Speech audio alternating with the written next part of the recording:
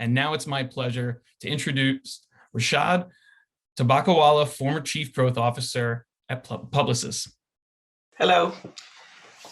It's a privilege to be here, and I'm going to speak for the next 20 minutes about something extremely important, which is about you and how you can continuously reinvent yourself to remain relevant in transformative and changing times. And as importantly, in a data-driven age with machines and algorithms, how you can, with your humanity and ideas and insights, continue to thrive.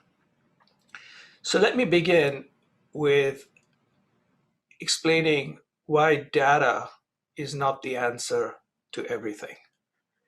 Data, to a great extent, is today like electricity, which is without electricity, you can't operate much.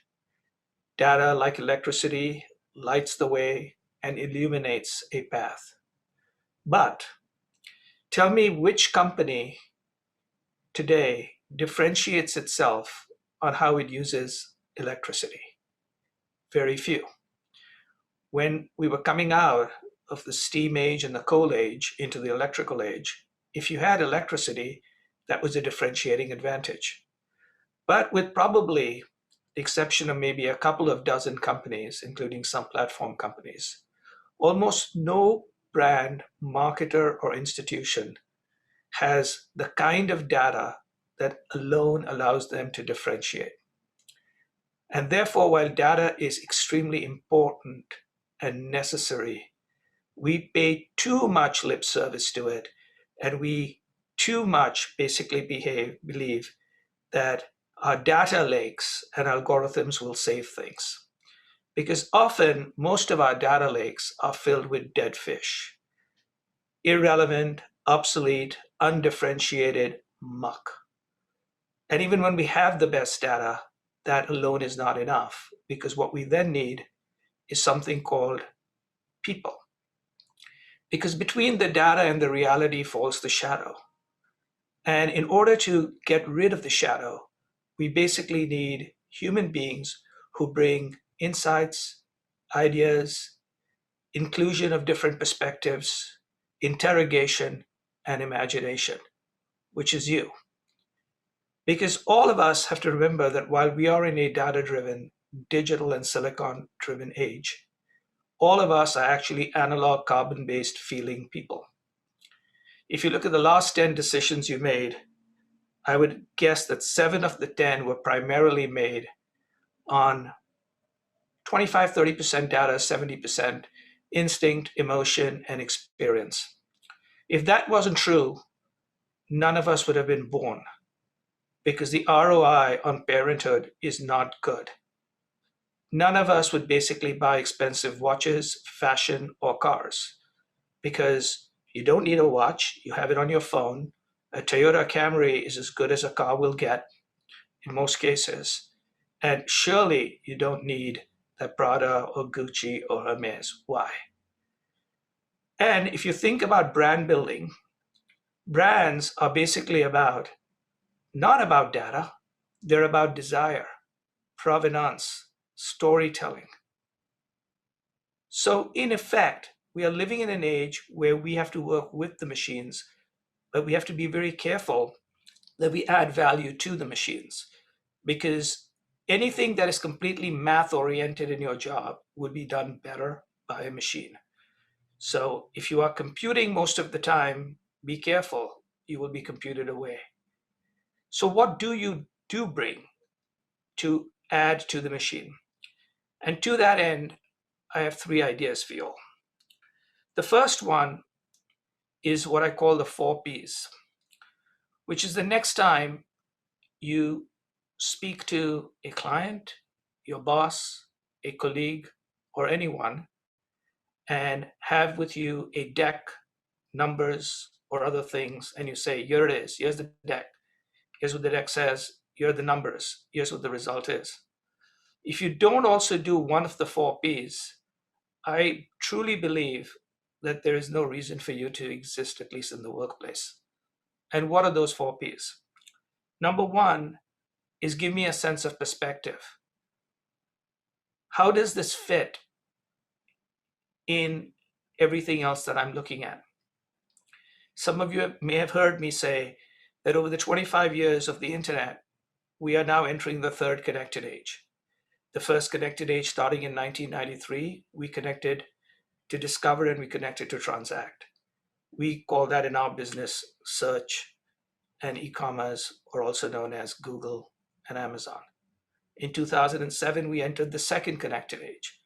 In this case, we connected all the time because of smartphones, which we call mobile or Apple/Samsung, or we were connected to everybody, which we call social or Facebook, Twitter, Snap, TikTok, etc. So we've lived through two of these connected ages, and now we're entering the third connected age, where in addition to connecting to discovery and connecting to transact and connecting to everybody and connecting all the time, we're going to live in an age where data is connected to data, which is machine learning. We're going to have an age where we're going to be connected much faster because of 5G, an age where we're going to connect in different ways, utilizing things like voice. And we're going to be connected to the great quantum computer in the sky, which is next generation quantum computing. And early indications of this are a Google Home or a Amazon Echo device that you basically have. So in this way, I've put together the last 25 years from a human perspective of connection and shown where it was and where it is going. That's perspective. It's not charts and graphs and numbers that anybody can read. The second, if you don't have a perspective, have a provocation. My provocation is there's never going to be a new normal. After 18 months of what will basically be a health, financial, social crisis, people are going to be completely different. Any business plan that you've written in December 2019 is moot. Your behaviors have changed, so why should your consumers, clients, and other people's behaviors be the same? We're not going to be restarting, we're going to be starting anew.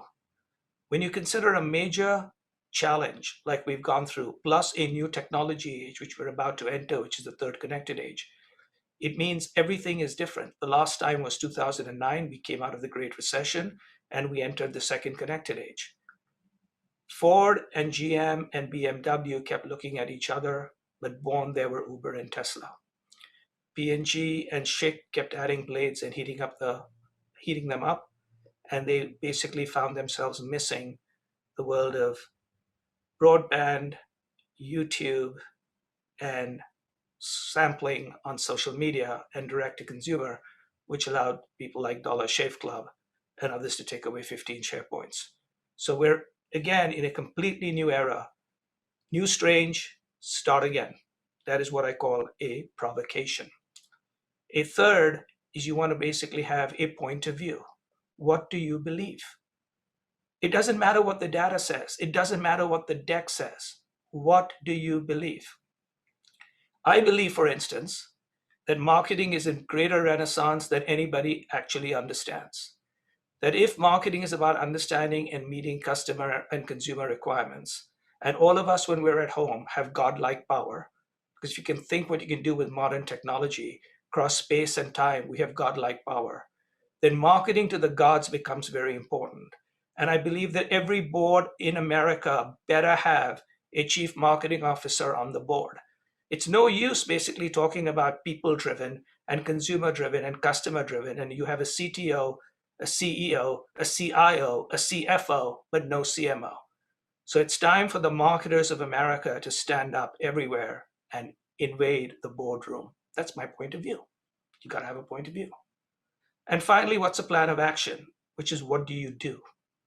So I'm going to give you a plan of action.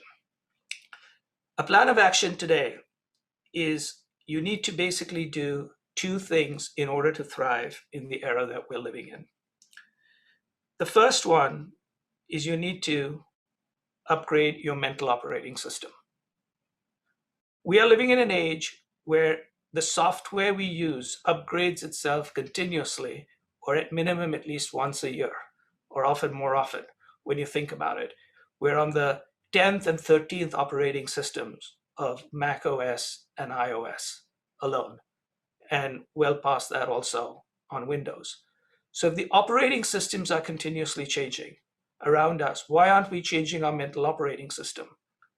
We spend a lot of time on our physical operating system, worried about what we eat, how much we exercise, and how much we rest, all of which are very, very important because if you're dead, nothing else matters. But do we think about what we put in our minds? Do we think about how we exercise our minds? Do we think about whether we give our minds enough rest? What differentiates us from monkeys is not basically our stomachs, it's our minds. And therefore, we need to upgrade our mental operating system, but we don't spend enough time doing so. I would basically suggest that everybody spend at least an hour a day learning, because the day you stop learning is the day you start dying. And too many people fake it. Fake it. Buzzword bingo, personalization, platform, scale, data lake, optimization. What does that mean? If you take a lot of the buzzword bingos out from most decks, they're empty. What does it mean? Speak in English.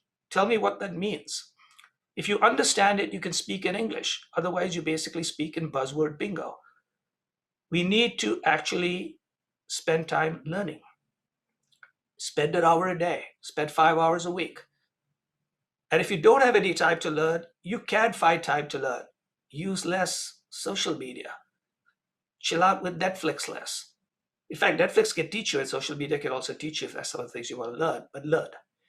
The second is build a case for the exact opposite of what you believe.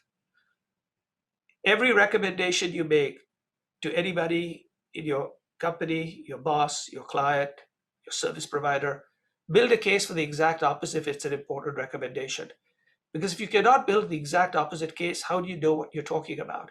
Why this is very true today in an algorithmic age, where today everything is being optimized so that enragement leads to engagement.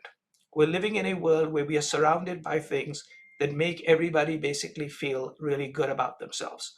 If you click on your homepage on Google, it's all the stuff that's all about you. The same thing happens across every stream. It's even when you go offline, it's the magazines you read, the TV, it's everything you read.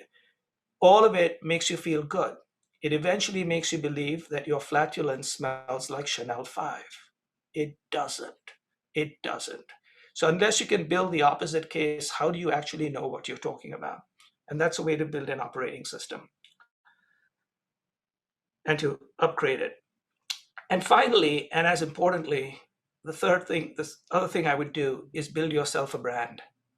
We're living in an age where we talk about building brands, but we don't build our own brands. And why it is going to be important is we're moving into an age where I believe every single person, regardless of how long they work in a company, is a gig worker. We're all gig workers, and we just don't know it yet. We've been working like that. And gig workers don't just have to basically be working, for Uber or for Grubhub. The best consultants work on gigs at Bain and McKinsey. The best people in Hollywood work around gigs. They're called movies. They're called TV shows. They come together and connect. In a world today when you can be working from anywhere, everywhere, if you do not have a brand, it gets very hard. And to build a brand, you need to do two things. A, you need to basically, three things. One is you need to have 9 words that describe you. And there is an exercise. I'll show you where it can go. 9 words, 3 that describe your niche, 3 describe your voice, and 3 describe your story. You need to have that. The second is you need to be very, very good with people, because collaboration only happens when people trust you, like you, and you are generous and you help them. Otherwise, they will basically reroute around you. So be generous, be empathetic, help people. That's critical. By helping first is how you help yourself. Helping yourself first helps nobody. And finally, make sure you have an amazing web presence, because your resume is the first page of Google in the Western world. It's not even your LinkedIn profile. It's that. And to do that, be obviously active on social, particularly Twitter and LinkedIn, which actually shows up on Google, which is one aspect. I would strongly suggest you write a blog, maybe write a Substack.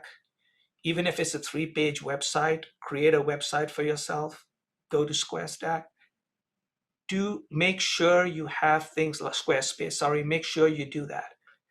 I do that, and I'm supposedly retired. I'm 61, and I'm launching new websites, launching new Substacks, because I realize where the world is going.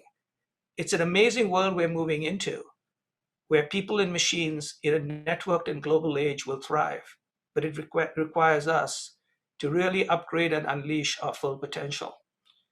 To hear more about this, and to hear, for instance, how I learned Substack and made it into my own direct-to-consumer channel, now read by 25,000 people every week, go to rishad.substack.com. It's completely free. There's no advertising, no affiliate marketing, no data harvesting, no premium pricing, nothing. It's 6 to 8 minutes every Sunday, completely opt-in. Read the last 3 or 4 pieces, any 3, 4 you want. I have a feeling it'll change the way you see, feel, and think, and it'll help you grow. Thank you. Thank you, Rishad. That is incredible. So incredibly inspiring. And listen, you're allowed to retire, but you cannot retire from inspiring us. We won't allow that. There are a billion questions, Sure. but I wish I had time for all of them. I have time for one, and I think this is really important. How is it that, when you say to spend an hour educating yourself, can you tell us how you do that? What Sure. are the things that you turn to keep, continuing to develop this? Absolutely. So very simply this, what you do is every day, listen to people, whether it's at work, now obviously now it's on the screen, or people you've heard, or if you read something, write down anything that intrigues you that you'd like to learn more about, right? Put it on a piece of paper, put it on your phone, whatever. So I do that. And then in the mornings, I wake up every morning, and I'm not suggesting everybody do this. I wake up at 4, but that's an unusual thing. Okay. And that's from my days of working for a person in France, Maurice Levy. I had to get up early. So I keep doing that. But what basically happens is I get up at 4 and I study for an hour after I have coffee, etc. And I look at what I've written and said, let me go research it. Sometimes it might be a book. I bought the book. I look at the book, right? I read the book, or I go online. That's how I learned. I saw a lot of people mentioning this thing called Substack about a year ago. So I said, what is a Substack? So I learned about it. Then I found the implications of it. Then I realized as a starving artist, I could actually do it for free. I didn't have to pay anybody as long as I didn't charge anybody. So I created one. And I basically began something. And so this is what I do is and by interacting, I learned stuff. And, it's really amazing. The potential of everybody is amazing. I've never seen anybody who isn't talented, right? I always believe that people are far more talented than they believe they are. But between their potential talent and their kinetic talent they need a little bit of a kick in the pants or inspiration. Yeah, you haven't met one of our sales leads, Mehmet, but we'll get back to him in a little bit. So listen, let's do your key takeaways. Sure. Yes, because these are the things he would like you to take away from, and here are 3 of them now. Perfect. So one is learn how to build the 4 Ps. And for more about that, go to rishad.substack.com. And if you want even more, you can spend $11 and buy my book. Type in Rishad at Amazon or whatever place you buy from. How to marry math and meaning so one can tell data-driven stories. It's extremely important to recognize what you bring in. What is math and meaning, right? What do you feel? It's important. And 3 is please remember that every day you are living in the future, and the world is actually getting better and it's transforming, and not to be scared, and do not be scared about headlines.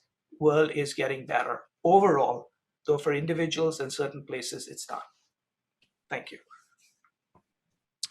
Rashid Tabakawala, thank you so much for being here, gracing our virtual stage, and you make sure to come back on a virtual or real stage really soon. We thank you, sir. We really appreciate you being here. Thank you.